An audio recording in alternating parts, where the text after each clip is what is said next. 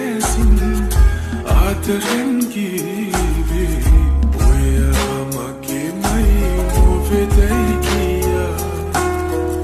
ජීවිතේ මාගේ රැකගන්න පනසේ හිටියේ ඔයා සෑමදා රිදවාලා හඬවාපු ශෘංගාරී